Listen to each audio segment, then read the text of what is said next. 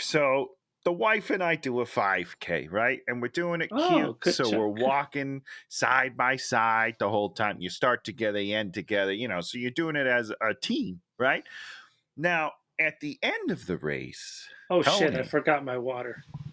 oh my God, Dan, I'm in the middle of a story here. All right. You're going to have to wait for the end of the story. So I get to the end of the race, okay? It was a And Tony, race.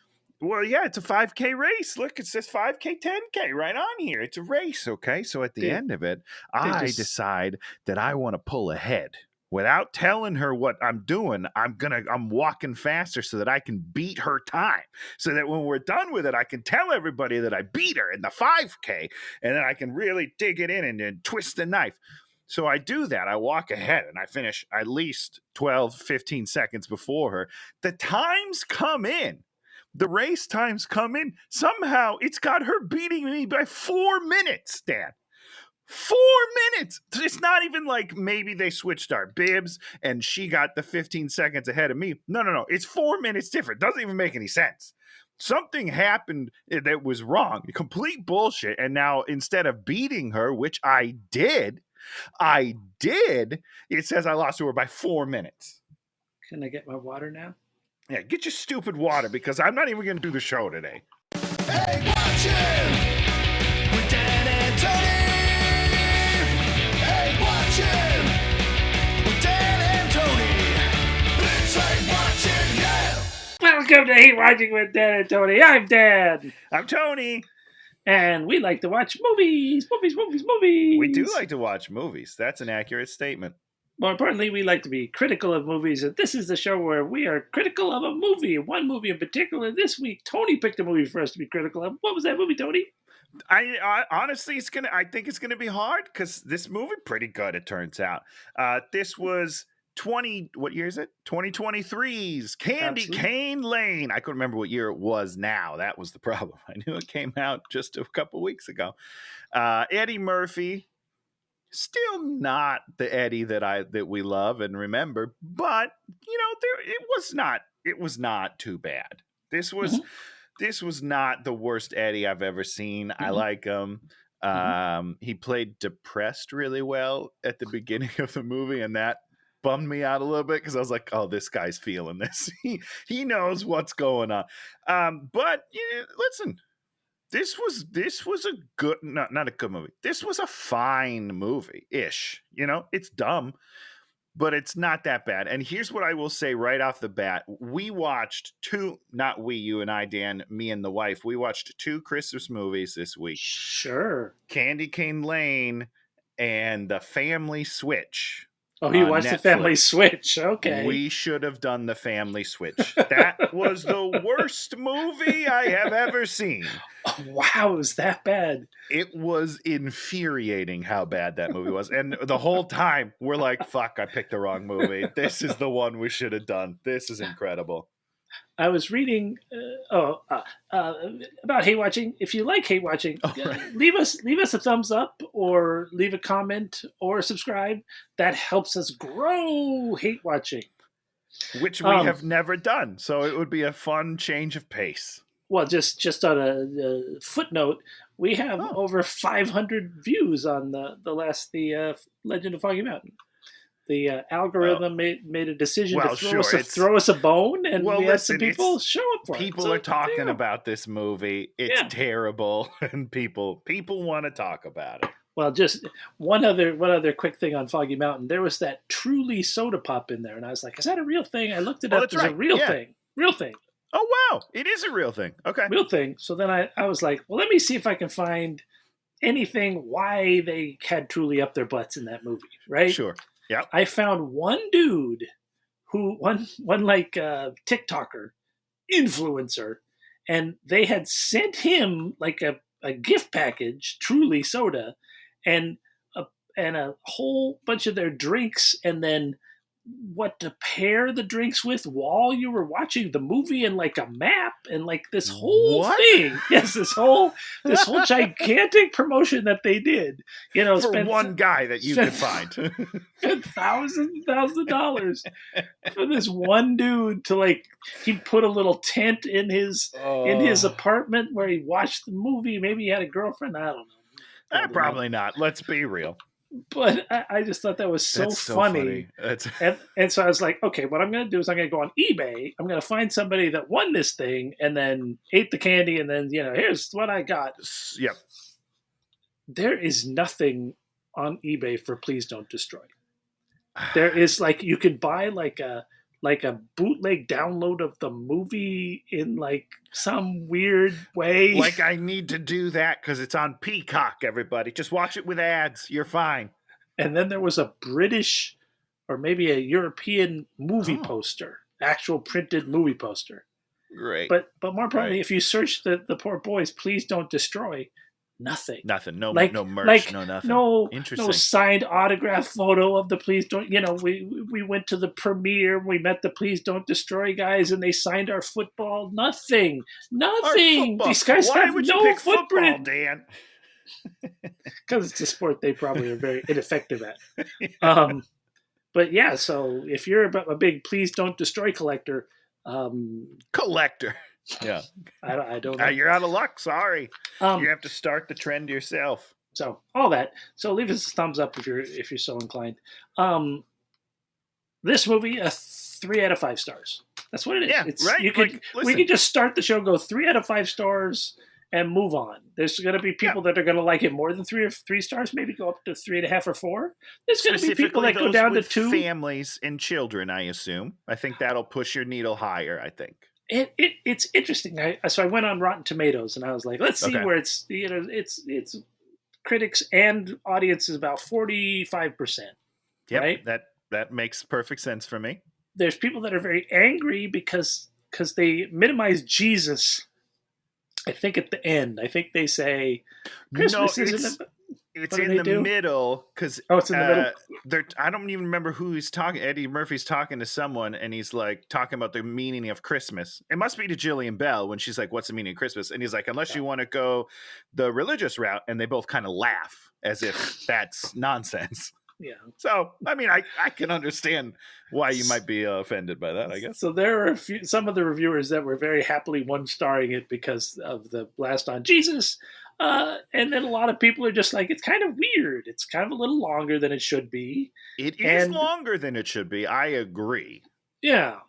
I'll say just at the start, not super funny. I mean, Legend of Foggy Mountain had, I thought, funnier things that I laughed a lot more at in general. Sure. But at the end, when it got heartfelt, I liked it. And Eddie Murphy's, like you said, he's a really good actor. He is a good actor, and Yeah. that's what kind of saves it a little bit for Mhm. me because he should be funnier in it. Sure. I think there are moments which he specifically probably could have pushed the humor a little bit, Yeah. but he wasn't. I don't know. He's not in the mood. I don't know, but he's a good actor. So when the emotional turn comes, you feel it.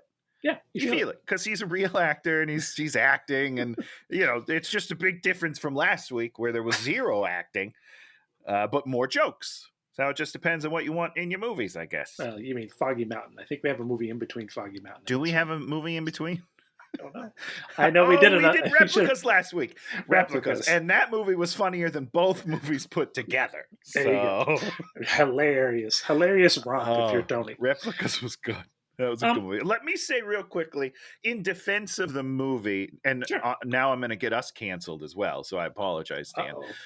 I don't think they're saying negative things about Jesus and Christmas. I think that what they're saying is that we've kind of moved away from that as a society, and Yeah. Christmas is now about money and not so much about the religious part of it. I think that's what they were saying. I don't think they're saying Christmas shouldn't be those things. I think they're just No. saying that that's not what we have turned it into. Well, I have to say, a large part of Christmas, like my growing up, not my existence, but nativity scenes were a thing. For sure. And growing up, we went to church twice a year. We went on Christmas and we went on Easter, and that's it. So I'm not a good person. I will admit that. But on Christmas, we would always take part in the whole retell. They do the retelling, and they would cast the kids, and so I did that every year growing up. So I'm with you. I'm with you. But it's like I don't think I've seen a nativity scene in the wild Years. here in California in years. We went. It's interesting that we did this movie because we were walking this week. I remember we were walking. We went for a walk in a place that was pretty well decorated, and 90% of the decorations are those blow up things. Oh, sure. Apparently, that's a thing here because in Minnesota, I almost never saw that. Oh, okay. But here, the majority of decorations is just things we just throw them in the yard and they blow up on their own. I guess it's like the easiest thing to do. Yeah. But it's just interesting because none of them, like, there are no nativity scenes. There's not. You don't go to someone's yard and they've got the baby Jesus in it. But back when I was growing up, that was everywhere. Every street corner had a big old nativity scene. So it's interesting. I don't know. With the comment that they're making, considering this movie takes place in El Segundo, is pretty off base. Yep. Yeah. They're pretty accurate. I'm sure there are other places in the country where there's nativity scenes everywhere, and everyone's taking the baby Jesus, and they love it, and it's wonderful, and that's fine. That's what a lot of people, a certain portion of the United States is fighting against, is the diversity of us all getting to do our own thing, our own way, how we want to do it. And I like everybody doing their own thing, their own way, how they want to do it. It seems to work a little better. Makes it more interesting. So yes, 2 hours and 1 second. So 2 hours and 1 second. They just needed to get over that edge. Roll 1 extra second of credits, please. We meet Eddie, who's playing Chris, who lives on Candy Cane Lane. It's a street that they battle it out every Christmas for who's the best display in the yard. Now I'm going to ask a question. Yes, this is a real thing. Yes, sort of. Right? Yes. Like, absolutely. Candy Cane Lane is the thing that I've heard of here, and I do believe it's in El Segundo, right? Could be. That I don't know. Okay, I didn't do the research that I should have, but I think this is loosely based on a real street in LA. I'm pretty sure. Yep, probably. That was it. I can say is that I think where I grew up at Costa Mesa, I think there was a Candy Cane Lane. And okay. All right. It wasn't a battle royale, but people, that was a particular place. Right. Yeah, I don't think it's a competition necessarily in real life, but they deck it out. And we also had those halls, baby. We also had a guy that built gigantic displays using the Peanuts characters on his lawn, wood cutouts. And each year it grew and grew and became bigger. And then he would have Santa Claus there. And it was a huge thing in the neighborhood, like, oh, what will he have this year? Like, okay. Yeah, and I love that. I do. It's great. We used to go, because I don't know if that's a thing here. I assume it is. Go Christmas lights looking, right? You just drive around, you find neighborhoods that you really like. I love that. It's a real treat. Yeah, it's wonderful. So he's one of these guys. He's working in the shop. He only does woodwork, they say, which is interesting. It's like, I carved all this myself, and you look at all this stuff and you're like, well, maybe you use your wood shop to make it all. You didn't carve it all. He's a... Yeah. But does any of it light up? Here's my biggest problem with his lawn display. Yeah, I think it lights, but he's not the big winner. Well, I know, but he complains about not winning. But I'm like, all of the competitions happen at night, and all of your things are just made out of wood.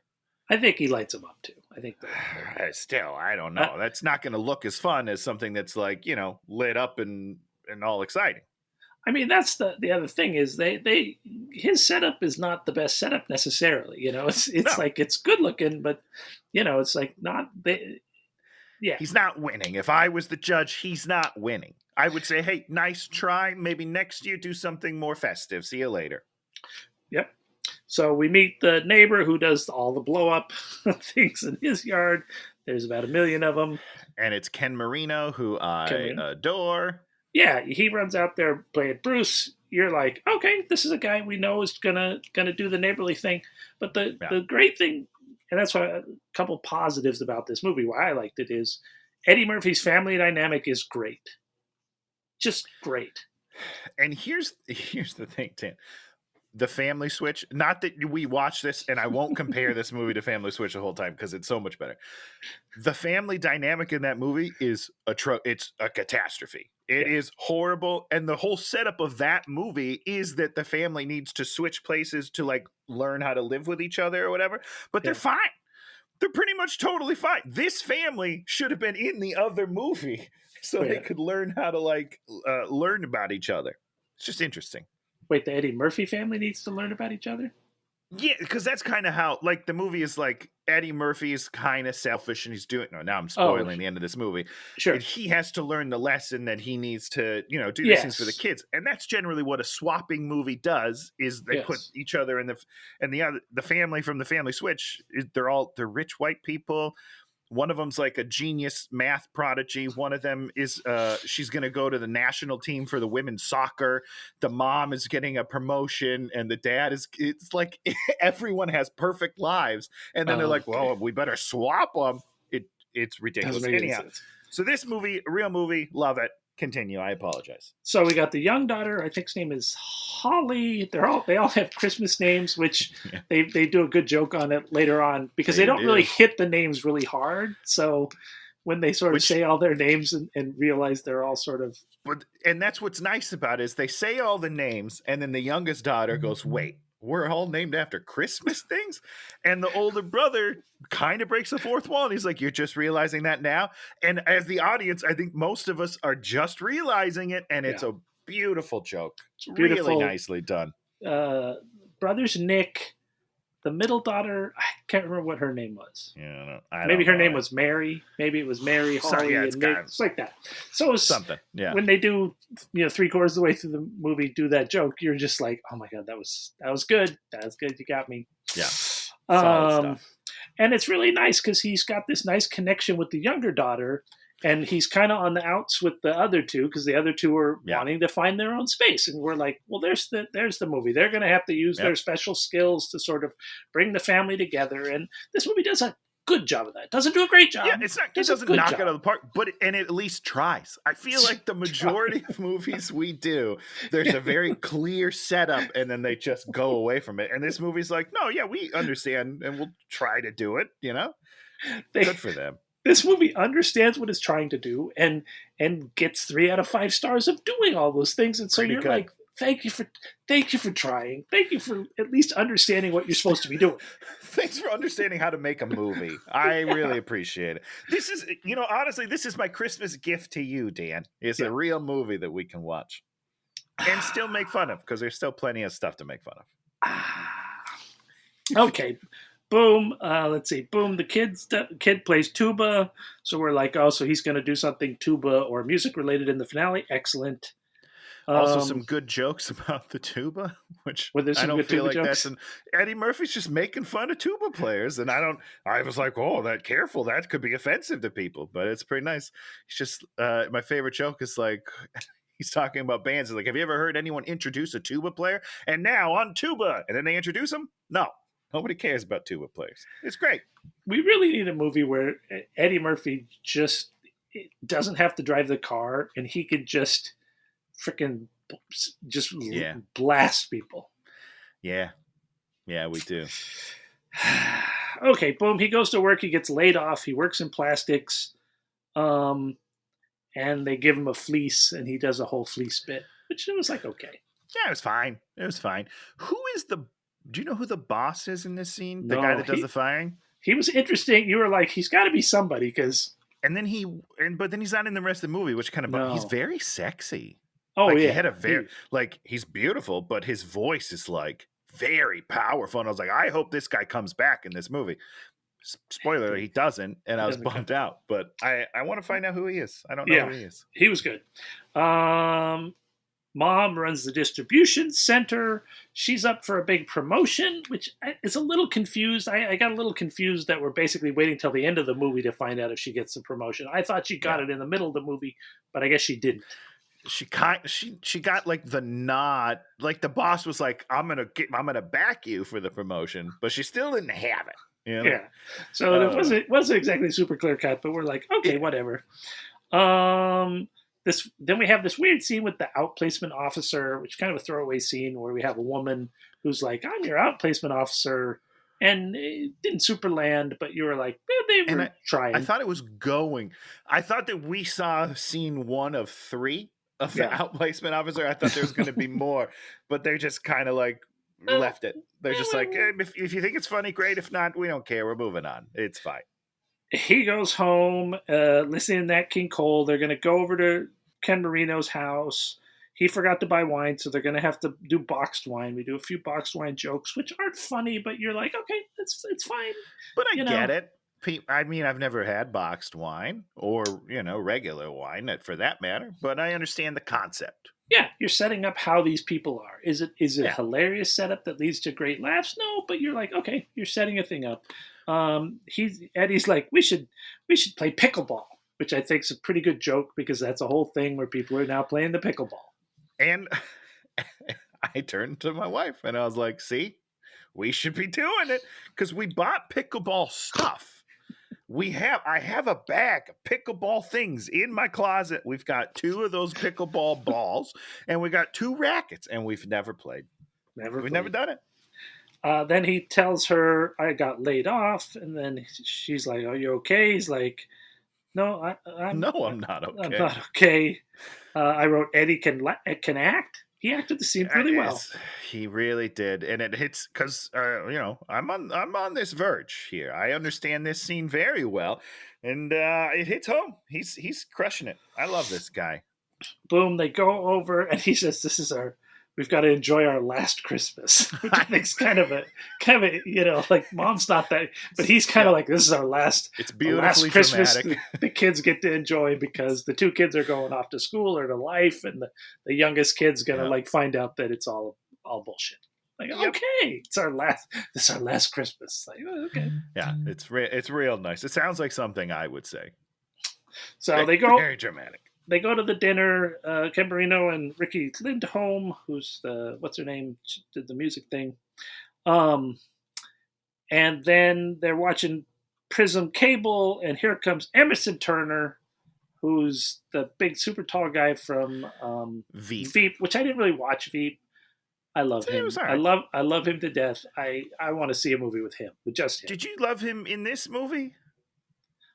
I liked him in this movie. Okay. I thought he what he was given to work with, he worked with quite well. Okay, he's so fun. That. He didn't have a lot to work with. So I felt like one of them didn't understand the assignment.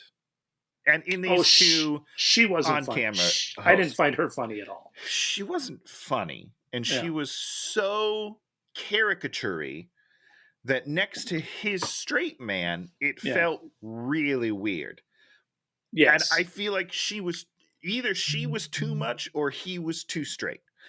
I don't know, and they would have to make the choice. Obviously, I'm not saying one is better than the other, but the person who directed that scene has to have them somewhere more in the middle because they don't belong on the same movie. He was commenting on her existence, and it felt to me like, what's his real name? I don't know his real name. What did you say it was? Well, Emerson Turner, I think is his name in the movie. It felt like he, as an actor, was commenting on her as an actor, as opposed to these characters talking, because he feels like we feel, I think, and she is like the most annoying. I would have fired her day one. Like this is not what's supposed to be in this movie, and it just felt to me like he hated his life and he was really feeling these things and saying them as it was a character, but it's not a character. So I felt like they didn't work together, but I don't blame him.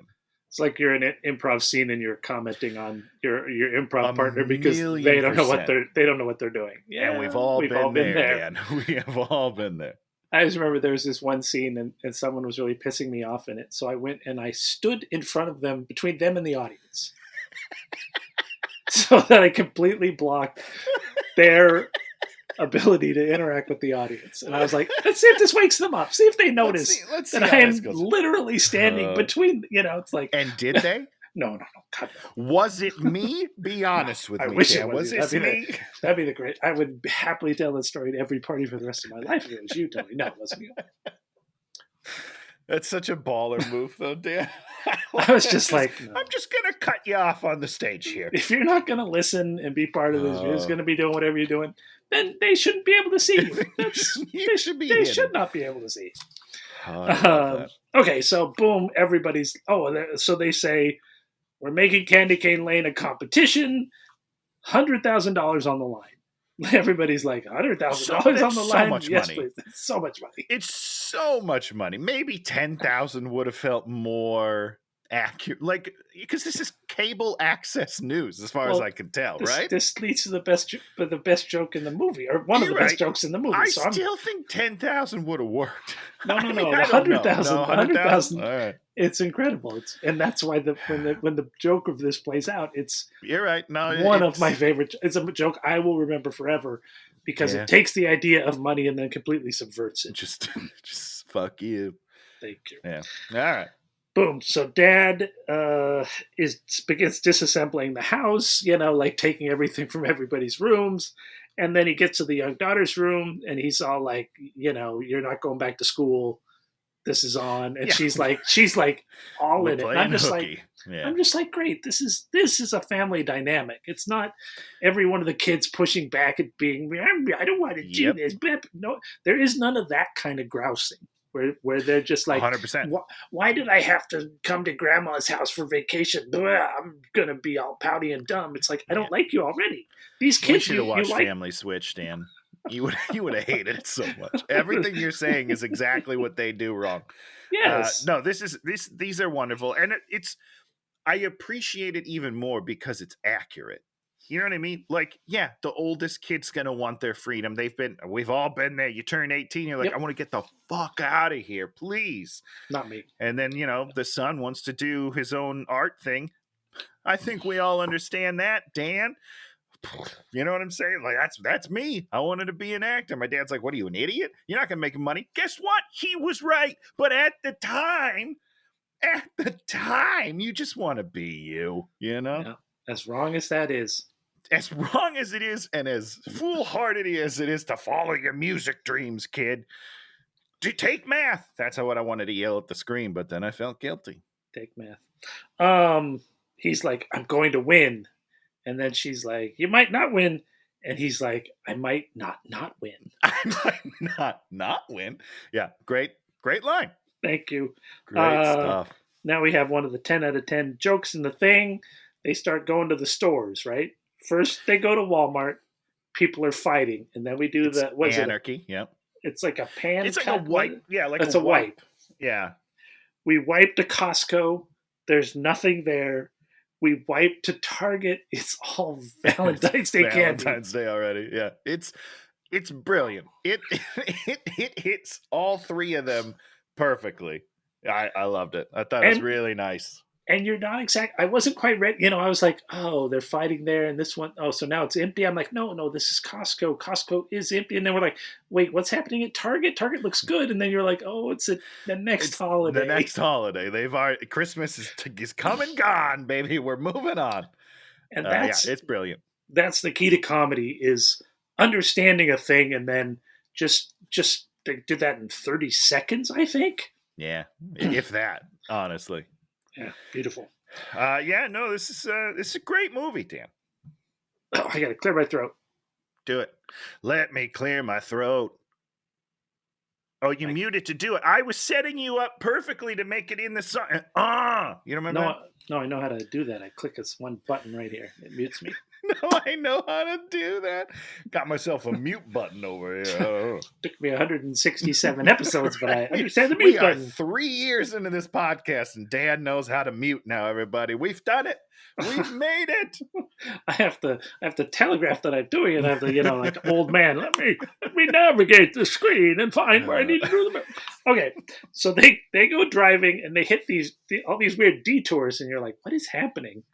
And boom, they end up at Kringle's, which is this magical little store that's under a bridge, under a freeway bridge. And you're like, something's going on here. This is something's going on here.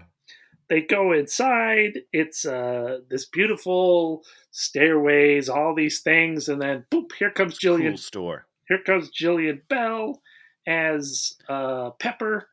And now, thoughts on J Bell? 3 out of 5 stars. Okay, that's it. Never transcends, but it's never completely stupid. It just sort of okay. We feel it. Oh, this bit didn't work so well. She's kind of crazy and interesting, and then it doesn't feel real. Okay. So I wish it had been. I wish it had been. I was talking to Shannon. I was like, somebody on Facebook was arguing about how there's no new good holiday movies. All the good ones are in the past. Spirited came out last year.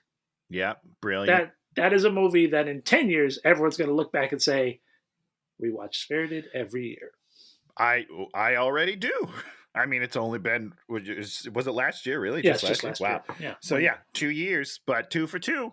I'm not going to lie to you. And now Xmas, which is a movie I talked about a few weeks ago, is brilliant. That's going to be every year from now on, too. So I've got it one in each year, at least. Well, and what's his name as the Violent Night Santa Claus? Of course. In fact, that one is so good that we're waiting until we go home. My mom and my dad are like, you can't watch that without us.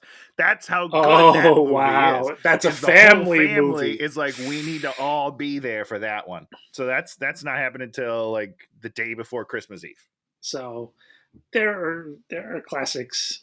We're classics. Doing it. We're still doing it. They're still this doing isn't it, but this is a fine Christmas movie. You know what I mean? This one's fine, and it'll find a little bit of a place, and people will watch it, and people will like it. And in like 5 or 6 years, I'll be on streaming. I'll be like, you know what? Let's give this one another shot. And you'll sit there and watch it, and you won't hate it, but you won't and I'll say, be like, okay, I remember why we didn't watch it every year, but it wasn't a waste of an evening. I'm not mad about it. You don't walk out of this movie mad unless, Jesus. So, boom, the thing he ends up on is this giant tree that this gigantic tree that's the 12 days of Christmas. Okay, it looks cool. The big printout comes out. He signs the thing, and I was like, oh shoot, she was the devil. I thought she was the devil. Oh, that makes total sense. Not very Christmassy, Dan. No. But I thought she was a troll at first. Troll. Because I was like, she's under a bridge. Oh, bridge, yeah. That's what but I was way off. I was in the wrong fairy tale. You troll, Satan, both wrong. Well, they're all kind of the same, let's be honest. Now we get another little stream of jokes that I love. They're driving home with it. It's in a gigantic can. This gigantic kind of a tuna can that's on top of the car. And sadly, there's some jokes about it in the outtakes. Yeah. That are hilarious. And you're just like, oh. So they have to get it off of the car. They have to roll it up there. There's a user manual. You have to rub the partridge. He has to pull back the can. Just visually, I love it. I did like the opening of the little pop tap, and then you pull it back. That was very funny to me. And did I miss something? And then they do it. Yeah, and then they open it and they do it. Yeah. They pull it back, and the tree goes. Great. So we cut to the evening. This is the night where I don't know if they're judging. I don't know what's exactly happening, but there's a parade with Santa. It's very confusing because here's the thing, Dan. The news people are like, we're going to be here all week long. And like tonight is the unveiling, but then Christmas Eve is the judging. I didn't understand why there's multiple nights of the thing, because nothing's really going to change in between the unveiling and I don't know. The setup is a little wonky. It's a little murky.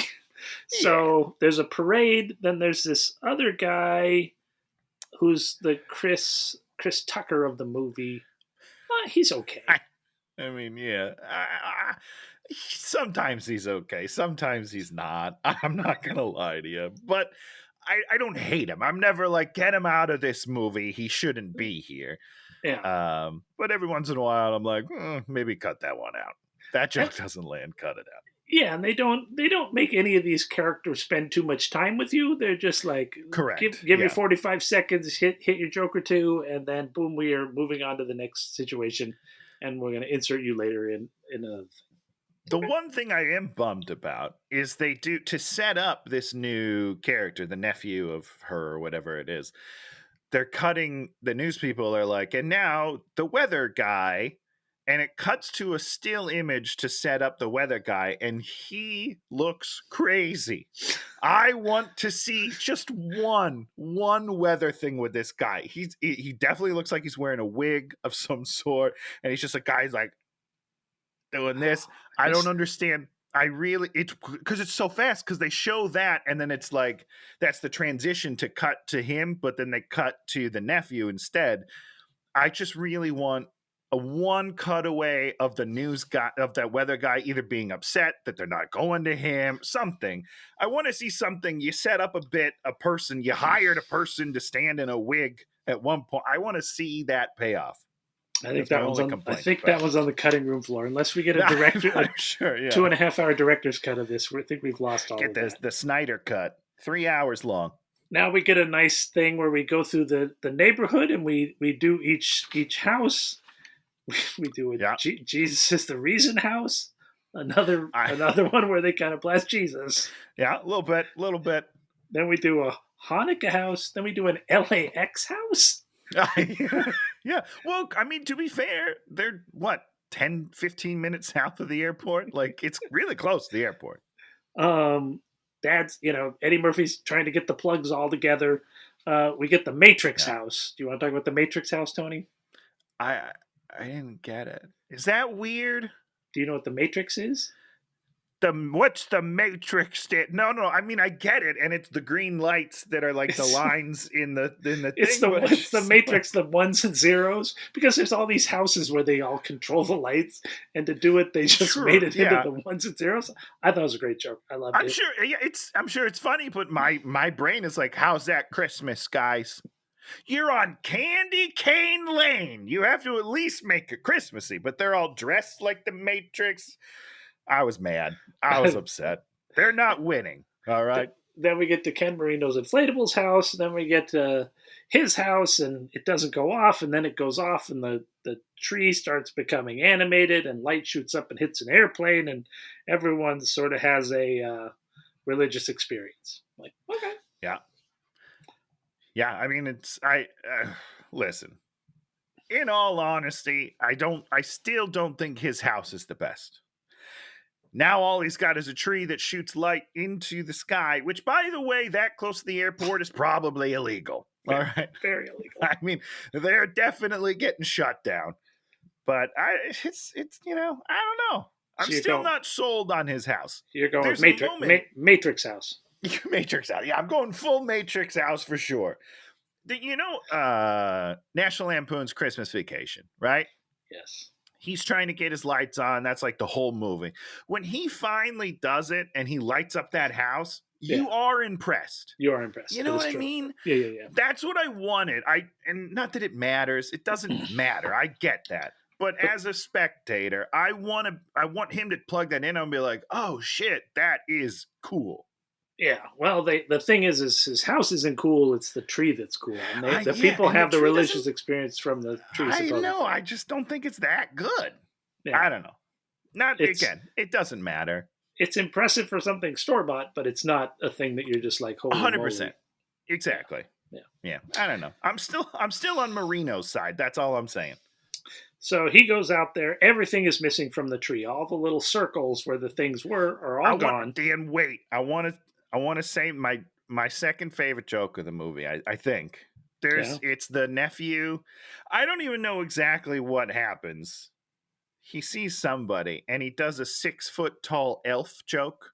He's just like 6 foot tall elf. Never seen that before. I've never seen that before. I laughed very hard. I just want to. That was a good joke for him. Good for him. That's all. I liked the joke. Put that one in his reel. Put it in your reel, buddy. It's gonna be great. I wonder if he's got a reel. I should look him up. So, boom, all the stuff's missing from the tree. They go into the backyard. There's all these swans in the pool. And he's like, mom gets mad and she's like, no live animals. And then he's all like, live animals. It's a weird exchange. I like where they get to, but the weird exchange is he's shocked and then she gets mad at him. He's like, I didn't do this. And she's like, I can't believe you did this. He clearly didn't do it. He came back and he was like, what the hell is going on? Like, he obviously didn't do it. It was awkward. But I do like that then he thinks it's a good idea. That was a nice joke. And then it's like, this would be all right. Then he goes and accuses the neighbors of messing with his tree.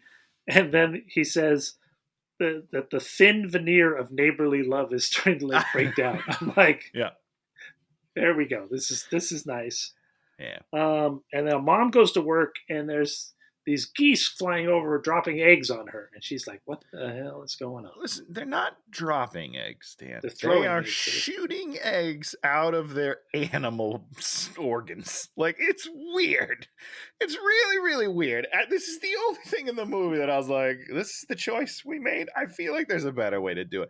Because they full on show you the bird opens up its wings and shoots right out of its bird vagina. Like, it's really weird. I don't know. Also, isn't that murder? I don't understand farming. How do eggs? Because eggs are sometimes birds, and then sometimes not. Is that the case, or are they always birds and then we just cook them? I sound like a moron right now. Maybe we should cut this part out. I think we do something to them so that they don't continue their life cycle. Okay, so it is supposed to be. Oh, that's dark. Okay. Yeah. You just changed birds for me, Dan. I thought for some reason, those were like unfertilized eggs. And so like. I think they are. Okay, so it's kind of like. We don't have to get into this. So they're not technically, a baby yet because they didn't get the bird semen. I'm just going to go with that. Let's move on. Okay. So he goes back to Kringle's. They break in the back door. Yeah, illegal. And then how does he find out that he has to collect the golden rings? He does talk to her because she gives him like a whole spiel at some point. There's a rhyme. Something happens with a rhyme. They hear the whole... she gives the rhyme. Oh, so Jillian Bell says it.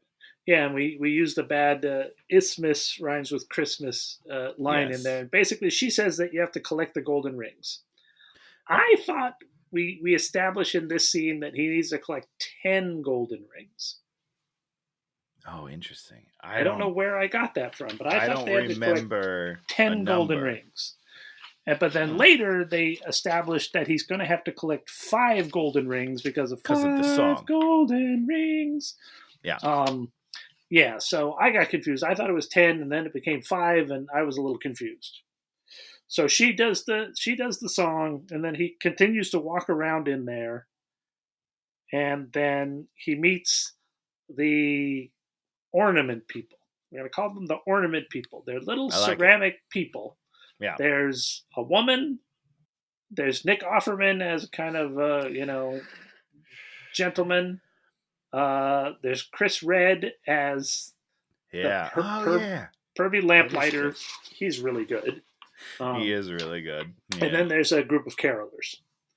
And who are a group of carolers. It's the Pentatonics, man. Who's that? The acapella group, the best acapella group in the world. No, Pentatonics. No. What's her name is the best acapella group in the world.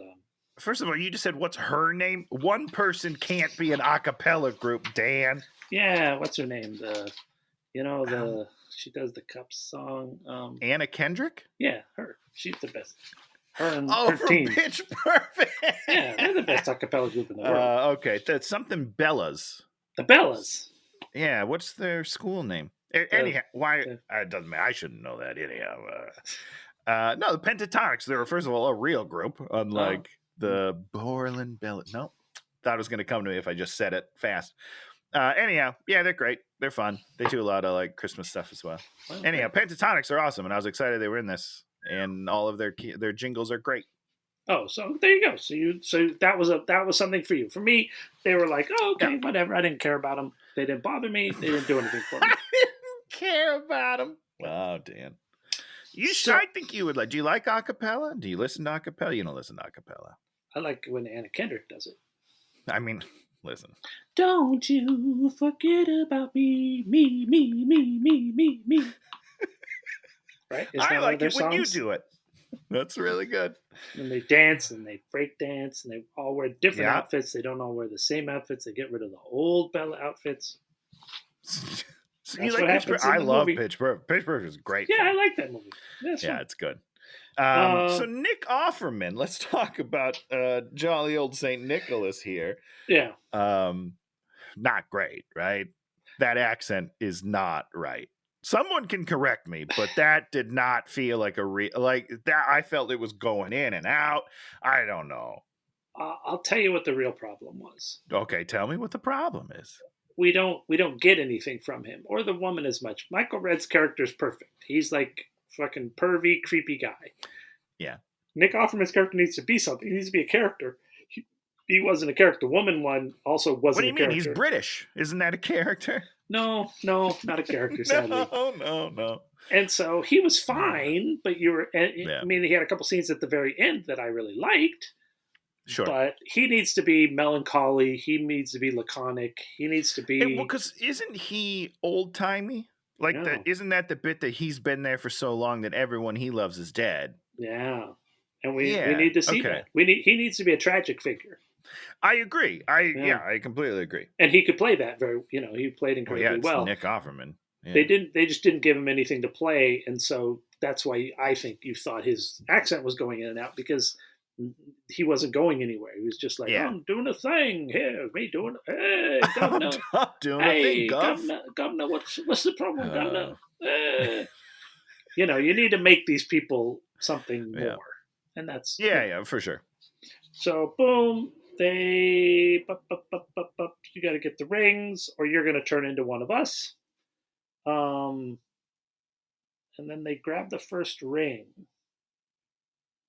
Where did they grab the first ring from? I think they're in the parking lot, and the two turtle doves land on the hood. Oh, land on the hood, yes. And they're holding it. She's like, go get it. And Eddie doesn't believe it, and then he does it, and they turn to wood. They turn back into wood, which is part of the thing, and they collect them. They do a really good job of collecting up the pieces that they're going to need to put back in their Christmas tree to try to win. I'm like, okay, this is interesting. They go to Mom's work. Mom's work is beset by the three hens who are kind of she's sort of doing her pitch and showing her thing, and then the hens are in the boxes, crates. And then they eventually get one of them. Dan, I think I know the answer to this, but I'm still not 100% sure. I would put it at 98. Can other people see these animals? Oh, yeah. Because there are moments, I would say a lot of the time, it feels like they can't. Nobody seems to be reacting to them, and they are all very strange. Like, she's giving her... You're right. I didn't think about it. She's giving her speech. No, they see the chicken. They say the chicken. I know that they see it. They can see the chicken. See it. But here's the thing. A chicken pops out of this box, and they somehow think it's part of her shtick. No, that's what it seems like. She says it was part of her shtick at the end. But at the end, sure. But she's like, she dives in there and is trying to get a chicken out. It just feels really weird. Like, these people are just watching. There's this chicken. Yeah, she chases a chicken. What's happening? You have to put that on the shelf. This is a Christmas movie. I would put it on the shelf, but, and here's my only but, it comes back when they go to the track meet, and there are 12 lords of leaping running around, and nobody seems concerned about it. No. That was when I was like, well, they must not be able to see it. I'm sure I'm confused. They cannot see these people. The dad goes onto the field like a ninja and is fighting them, and nobody's doing anything? It doesn't make any sense. So, boom. He gets the second gold ring, and they go back to Kringle's, break in the back, steal the ceramic people and their house to take back home so they can, be protected.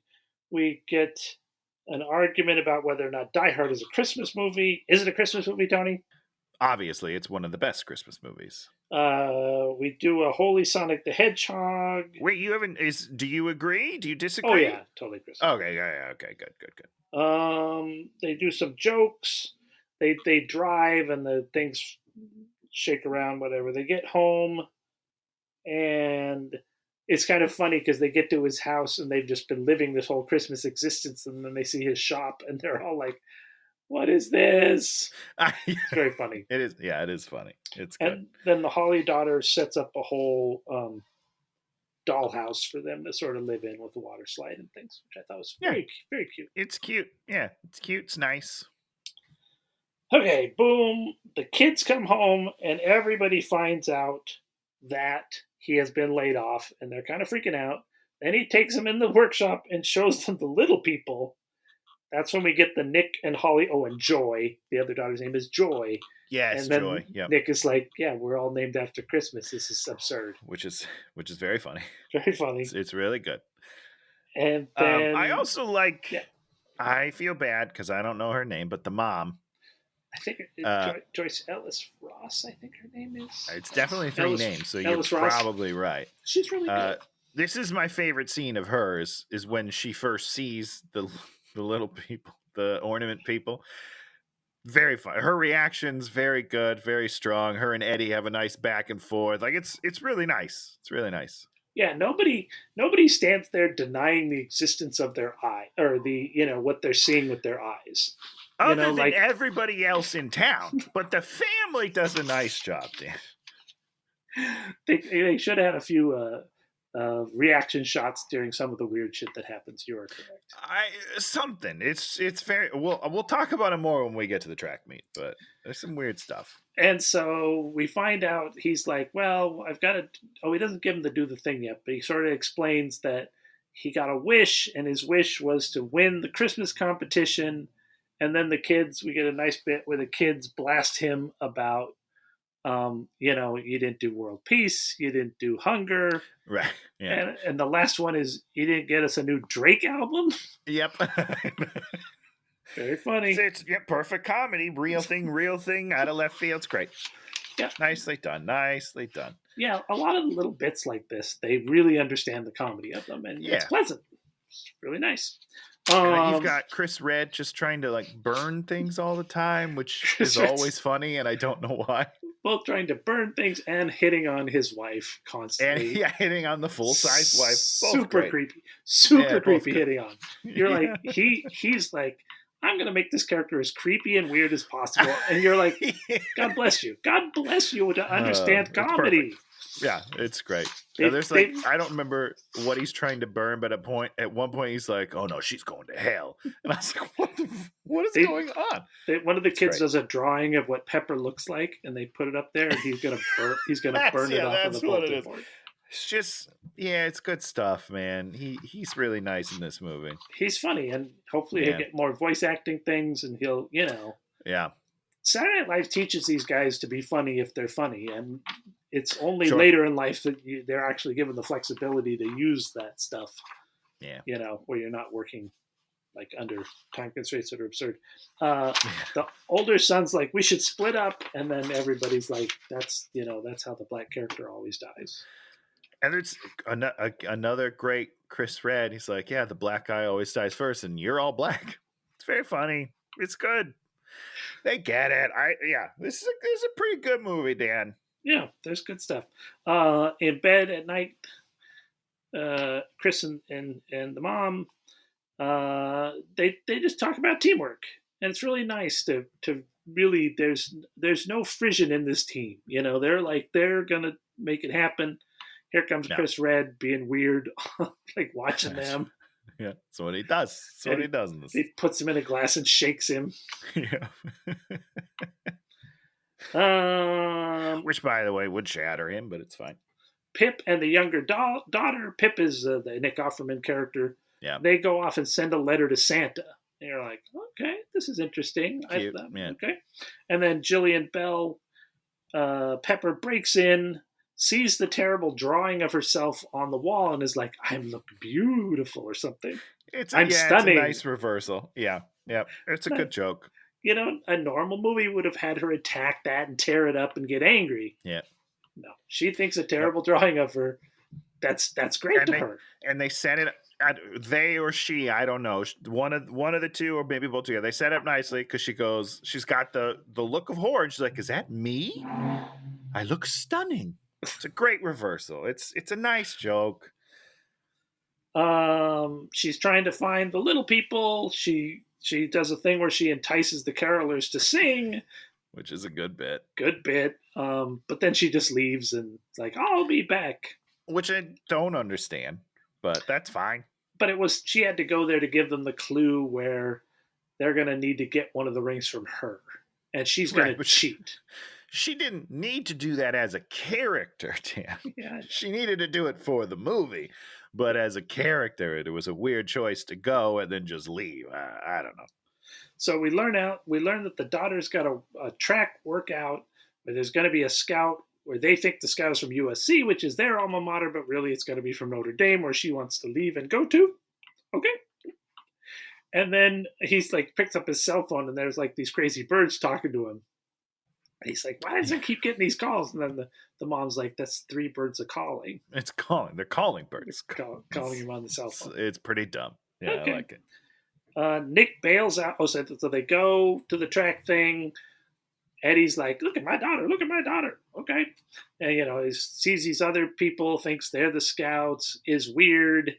And then the Nick character, the older boy, he goes off and then does like a whole musical thing in a room for an unknowable reason. Just for fun. Yeah, just having a good time. Just wants to show everybody that he can do music.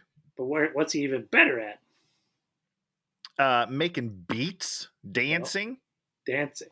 Yeah, he was really good at dancing. Yeah, his dancing was I wrote amazing. that down. I was like, it turns out this kid's just actually really good at a lot of things artistically.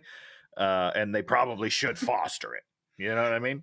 Because he moved nice. And it is kind of funny because at the end, when he realizes that his kid is actually gifted, you're like, you would know that kid was gifted for 10 years. I mean, with him as a father, yes. Yeah, like there is a way to play that in which he wouldn't, but the dynamic that they have is a nice, strong. Even though they're not like close, but like they are a good family. He's a good dad. He would know. Yes, he would. You really should have. In a movie where they hit that beat better, you would have had to set him up as a failure at music or something, so he's against it. But he's a super supportive dad. So yeah, and listen, I still applaud that choice rather than the other of him not being, because I do like the family dynamic, so I'll let it slide. I'd rather be living in this family dynamic than an unhappy family dynamic for 2 hours. 100%. Yeah. Boom. Okay, so here we go. She's running. The Lords of Leaping show up. They start going crazy. One of them goes and screws up the race. Then there's... But like visibly. That's the problem. He gets in her. He trips her, right? Doesn't he trip her? Yeah, he stops in front of her, I think. Nobody stops the race. There's no tweet penalty. I don't know how. I don't run. I don't know how track works. But like something has to be. There's a guy runs in the thing and trips her. That shouldn't count.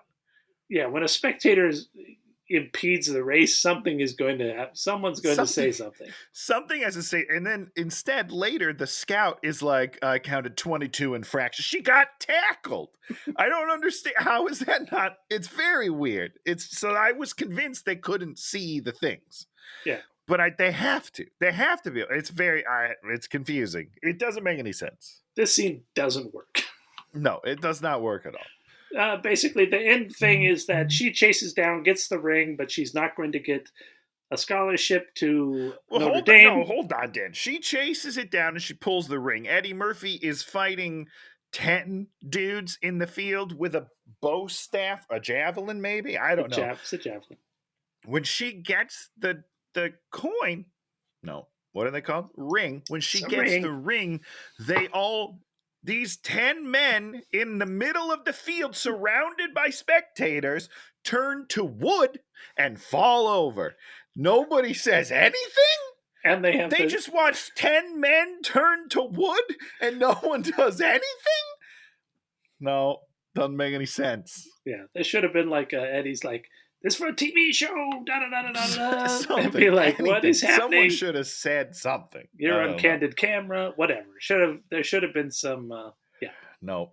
Instead, we go to the scout, and the scout starts this conversation by telling them, I don't like to talk to athletes or their parents at these events usually, which is the right move. But then he says, however, I'm going to make an exception because your daughter sucks. 22 infractions. She will never race for our team.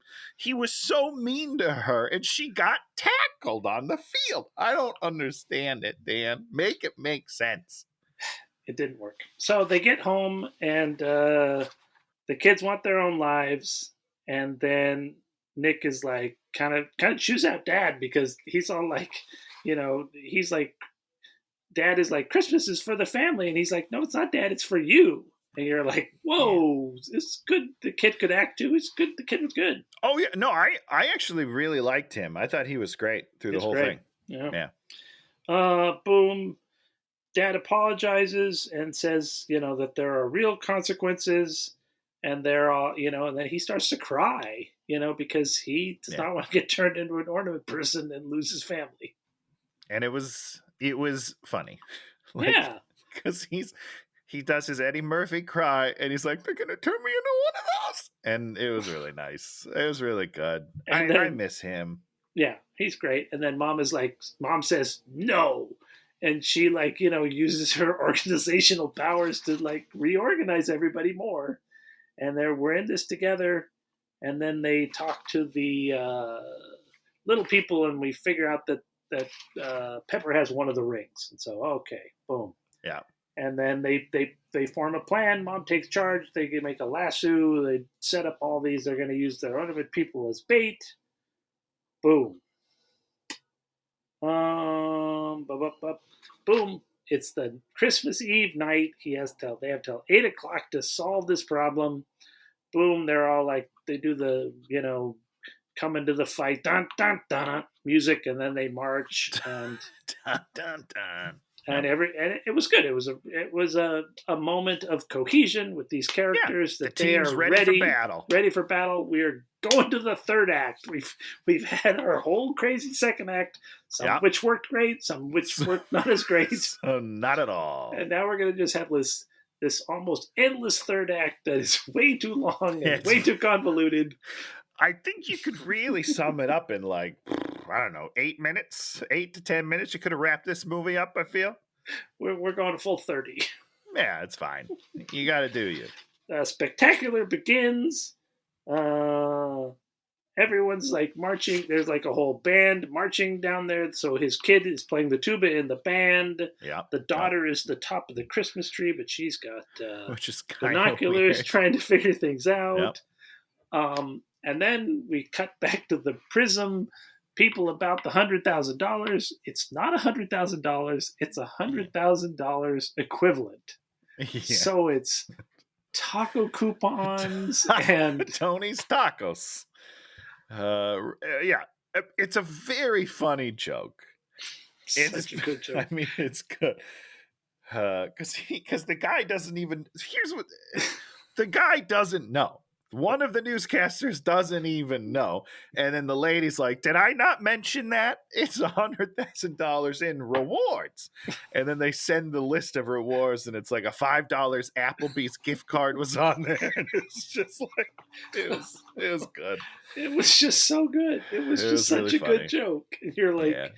it's not, and everybody's like, wait, what? Like ruins the whole event, really. Let's be honest. Yeah, it was beautiful. Yeah, it's good. It's very funny. So boom, the youngest angel spots Juliet Bell. They put out a trail of peppermints to draw her into their display. There are the ornament people. The trap is sprung. She gets flicked into the air. They go and they pull the ring off, and they have the 5. Oh, I forgot about the cow. Oh, you did forget about the cow. How do you forget about the cow? That was the most. It's crazy. It's scarred me for life, I think. Who walked? Is it the son? Is it Nick that's in the room? It's in the music room. This room. This cow shows up with the super hot girl milking the cow. Smoking hot made the milking. I'll tell you that. Just one of them, and then it just spews milk everywhere, and he almost drowns in milk. And then he just grabs the ring. So much milk, Dan. It's off-putting. She grabs the udder and points it at the sun, and it's a fire hose of milk coming out of this creature, and it's really weird. But I did laugh because it was so weird. It's very weird. Good for them. And then, like, the room, it's so much milk that the room is like up to his waist in milk. I don't understand 3 it. feet of milk. It's very weird. Ridiculous. So, boom! Santa Claus comes down on a rocket Santa Claus, a rocket sled, and Rocket Claus. It's David Alan Grier. Oh my God, he's so good. Thank God that it is. You know what I mean? It's beautiful. Yeah, he's wonderful. He's wonderful. He chews out Pepper, who's actually peppermint. My favorite joke of the movie. Yeah. Which is everyone's like, it's Black Santa. They cut to the news people, and she's like, Black Santa. And your guy, he says, I just see Santa.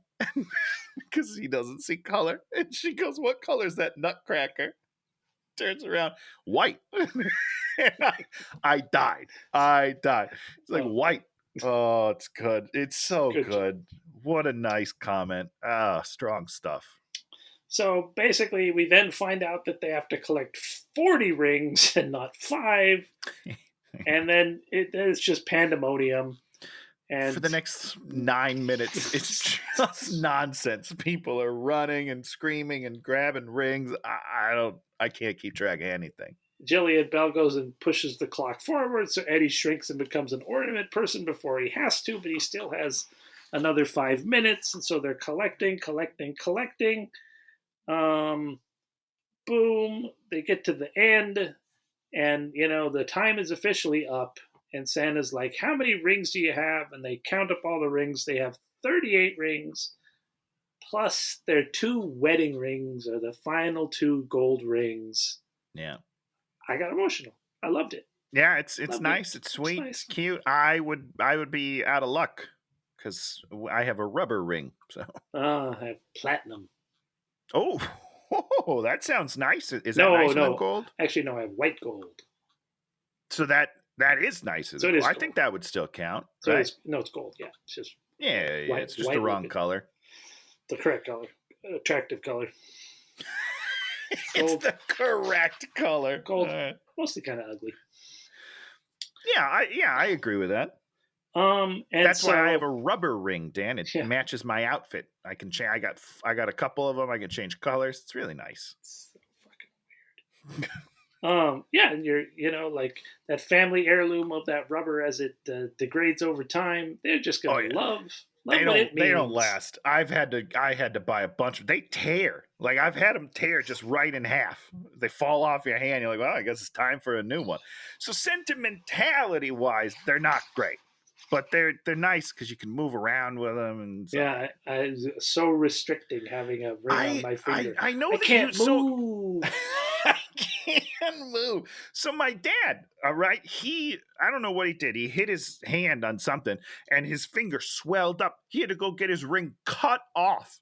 They had to saw it off his hand. I was like, you know what? If I had my rubber ring, I could just take a scissors, snip that right off. Problem solved. So it's also a safety issue. Yeah, because that happens to everybody all the time. I'm going to break. Next time I see you, I'm going to jam your finger and you have to get your ring cut off. So they get Dad back, but all the other little ornament people are still ornament people. And then then Santa Claus is like, well, there's only one way to fix that. A child's Christmas wish. And when she sent the letter off to Santa, she said that's what she wished for. Little Holly wishes them back. Yeah, great adorable. Emotional moment again. Yeah, it's really a cute. Child's Christmas wish. I'm like, couldn't she have just wished for everything and her dad to be back too? She could have, but she didn't. She didn't. She's a kid, Dan. Okay, don't put so much on her shoulders. Sheesh. So they take Pepper back. Pepper's like not even getting in any trouble. Santa's like, I'm taking her back. That's what you think. Yeah. It was very funny, but yeah. So boom. It's funny. Eddie says something about a flogging, right? Doesn't he say she should get a flogging? It's like, he does. That's not a punishment. We still do flogging. And I think she says, I haven't been flogged in a while. Yep. Got a little excited. Yeah, it's nice. Yes. So boom. They fly off. Meanwhile, in the studio, we go back to the studio. We just see what's happened with them. And then it starts snowing. And then they're like, that's not snow. That's fake snow. So what's the snowing? I was so happy with this bit for two reasons. I don't remember what it was. That is the bit. So they think it's snowing. And they're like, it's a Christmas miracle. And then it turns out that Ken Marino just has a snow machine. The snow globe is like pop. Something is going on. He has a big snow globe and it's just spewing out. Yeah, it's just spewing snow. Very funny reversal. But the reason why that landed so well with me, Dan, is because the family switch, which also takes place in California, snows at the end. And they're like, it's a miracle. Nope. Nope. So I thought that this movie was going to do the same thing, and I was mad for like 2 seconds, and they're like, wait, this isn't real snow. And I almost died. It was amazing. Good for them for not being idiots. So we cut ahead to Christmas morning. Mom got the job. Pip comes back, and he comes in with a dead bird. Which I thought it was a goose, but he's like, it's a lady mallard. And he's all like, hey, guess we're gonna have to clean this lady mallard. It's funny when he hands it to Eddie, and Eddie's like, I don't, what do I do with this? It's good. And you're right. If he was more of a tragic character, when he came back here, there'd be a nice emotional moment to it. Where you realize he was going to stay with them and they were going to be his family. Because that's what I think you're right. They wanted it to be, is they were his family. Yeah. They'd become his family. Right. That could have been handled a little bit better. Now we're nitpicking, let's be honest. It's a fine movie. It could have been a good movie. 1 week later, Pepper is an ornament inside the Crinkles. And now Chris is going to run Crinkles, and it's called Chris's Kringles. Yeah. Yeah. Great. Which is I didn't see that coming. Didn't see that coming for 1 second. I didn't see it coming, but here's why I don't see it coming. Is I don't understand what that means. Is he now making bad deals with people to turn them into ornaments? He's probably running that place to save Christmases. Yeah. Okay. That makes sense. I just don't know what the store does other than swindle people, So I'm just confused. It does magic. It does magic. You're right. She just added in the punishment aspect of the whole thing. Right, so she twisted it to the darkness. Yes. All right. I'll buy that. I'll buy it. It's cute. And then they have some really great hilarious outtakes, about 6 or 7 of them. All of them great outtakes where you're just like, Eddie Murphy, he still has the chops and he could just go off. He does, which is, we're going to talk about that in a few minutes, Dan. I actually wanted, I'm sure they used all the best ones, but I would have loved more because they're pretty short Yep. To be honest, I would have loved more. Could have run them all. What was the one movie we watched where the credits were the funniest part of the whole movie? It was one movie we did. I don't one remember, time. but I do We did remember that once. being a conversation. Yeah. Yeah. So looking back at this movie, I'm like, there were a ton of good things in this that I really enjoyed. Yeah. Yeah. So Yeah, I blew it. I ruined hate Yeah, watching, you suck, but Tony. I saved Christmas. So, which one do you want, Dan? Tony Good Christmas or a good movie to hate? Sucked it up again. Um, Well, I guess we don't have to worry about what we're doing next time because we're going to do Santa with Muscles, yeah. which doesn't count as anybody's pick. And so I will go first on talking about something I liked this week. I watched most of Hot Rod. Yes. Okay. Talk to me, Dan. Didn't care for it. Come on. It's in your. The thing about it was like almost like Napoleon Dynamite. Yeah, but it was before that, wasn't it? I have no idea. I have no idea if it came out before or after. You're right. Napoleon Let me Dynamite. look at that. You check that out. Yeah. It felt like Napoleon Dynamite, and it's just like he can't play that character. He's just so. I just don't. He's a terrible actor. I don't ever buy anything. It was not before. Yeah. I blew it. Yeah. And it was written by like a woman, Pam. Somebody wrote that movie. So. Yeah, so they didn't write it, which is why I think it's funny. I did tell you he's my least favorite part. No, I know. Okay. But what's his name playing the stepdad and the setup with the stepdad? Oh God. He's just so funny. Ian McShane is McShane. good in that when he does the throwing star. Maybe that's it. Was that the second fight or he throwing stars him? I was just like, gets him in the shoulder. God, it's so good. It's so good. And Bill Hader's so good in that movie. Bill Hader, but who's really the best part of the movie? Will Arnett is my favorite part of the movie. Oh, I didn't watch that part. I watched maybe. Wait. Okay, hold the phone. How early did you quit? I quit right after he does the skateboard down the hill, right before they do Will Arnett. Yeah, I saw him drive up. Whiskey. We do that you one. Like whiskey?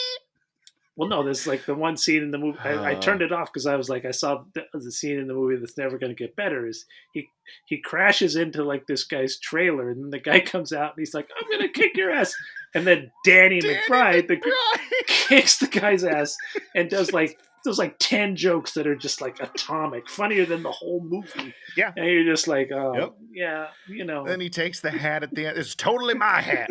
Oh my God, Dan! This is probably the movie that I quote the second most in my life. Oh wow! But you didn't get to my favorite scene, which is Will Arnett. Are you going to watch it? You're not going to watch it. I'll go watch it, but you can tell me. Okay, you watch it. No, I'm not going to ruin the joke because it will ruin it. No, tell me. Just tell me the joke. I don't care. It's not even funny. Just tell me the joke then. Isla Fisher. Isla Fisher leaves him eventually. Spoiler alert. And as she's walking away, Will Arnett just Isla Fisher, maybe. Isla? I don't know her. So Mrs. Fisher, Ms. Fisher. I don't know. Is she married? All right, we're done. Fisher. So her character leaves him, and it's just a good minute of Will Arnett screaming after her, "Babe, wait! Babe, no!" It's the funniest thing I've ever seen. He commits to the bit. He commits, and that's the thing is there's a lot of commitment to the bit in this movie. Yeah. I love it. I'm glad that you at least found some things funny. So that's nice. Yeah. I mean, Bill Hader's funny in it. Hader's great. He's yelling at his my favorite Hader part, but yelling at his sister, because she's supposed to bring out the grape soda and the grape drink, and it's grape mixed with cherry. And then I think Danny McBride makes a joke about I can't do cherry or something. There's a bunch.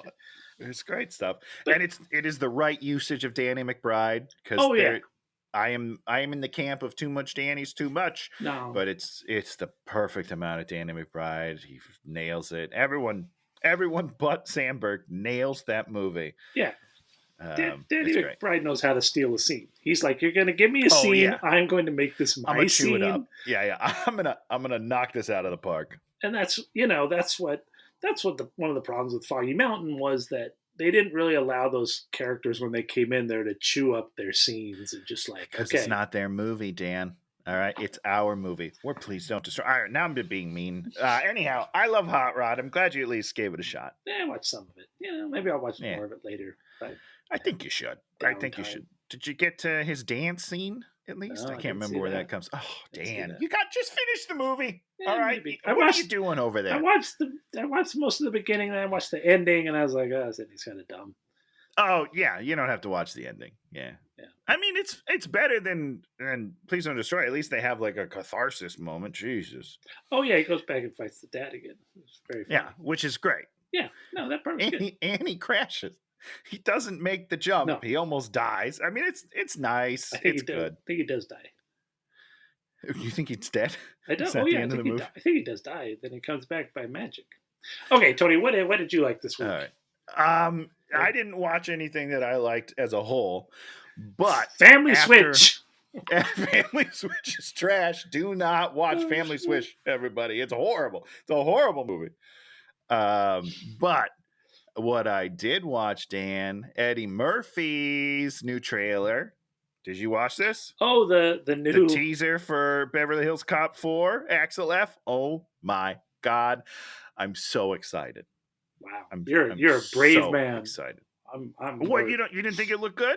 I mean, it looked okay. I don't. I mean, I hope You've been he goes hurt. off. I hope he goes off. You've been hurt because of Beverly Hills Cop 3. Is that what you're saying? Yeah, that movie's not good. We know, Dan. But 1 and 2 are 2 of my favorite movies of all time. Bronson what's his name? Bronson Pinchot. Pinchot comes back, which I'm back. so excited. Well, so excited for that. The scene between the three of them in the car at the end of the trailer. Oh, Tony gets the 50-50. Tony gets the feels because he's I got seeing the feels, characters that I he got the loves giggles. so desperately. I'm very excited for this movie. And I know this is probably bad. I've got high hopes. Oh, dear. They are sky high, baby. Yeah, you see, I'm probably in for disappointment. I don't ever judge anything with the feels. Although the Rebel Moon trailer, which we got coming, did it happen or is it? It's 2 in days. theaters now. Yeah. It came to theaters the 15th, and then it streams sometime soon. Okay, I mean the next week. So Yeah, I'm interested to see that. it's some people are hating it. It's Yeah. very Zack Snyder. The reviews are like either you seem to really like it or you really hate it, and it's interesting that he's so polarizing. Yeah, you like the stuff, and I generally don't make it through it, but Well, I like the hate trailer. 300, which Oh, is I love generally 300. people are like the 300 is his best movie. I hate that movie. By I far think it's his best trash. movie. Totally I think his it's best movie. absolute garbage. Absolute best movie of his. That's not true. Sucker Punch is way worse. So. Sucker Punch 1,000 times worse. It's Sucker Punch way worse than unwatchable. 300. You're like Let me be clear. you have the 5 hottest girls in the world being hot 24/7, and your And movie your is movie beyond sucks. terrible. It's unwatchable. I can't even finish it. That doesn't make sense, guy. That movie doesn't make any sense.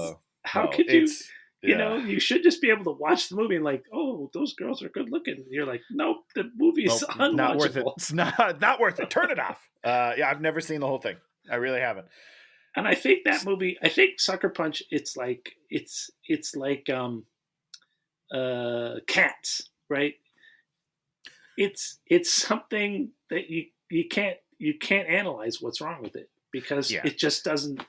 It's like it's like picking up water. You're just like it's just gone. You're like, what am I supposed to say? It's just gone. What is happening here? Yeah, 'Cause no, I re- it's you're right. So excluding that movie, the 300 is the worst movie. You're so stupid.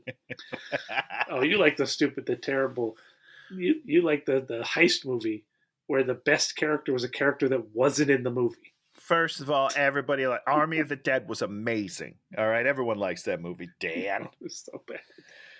I mean, yeah, it didn't get great We reviews. live in a camp that's right next to this thing, and then Yeah, but there's fences.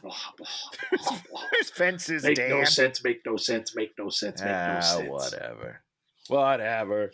So we'll be back next week talking about Santa with Muscles, which will take us in. I think that might be for.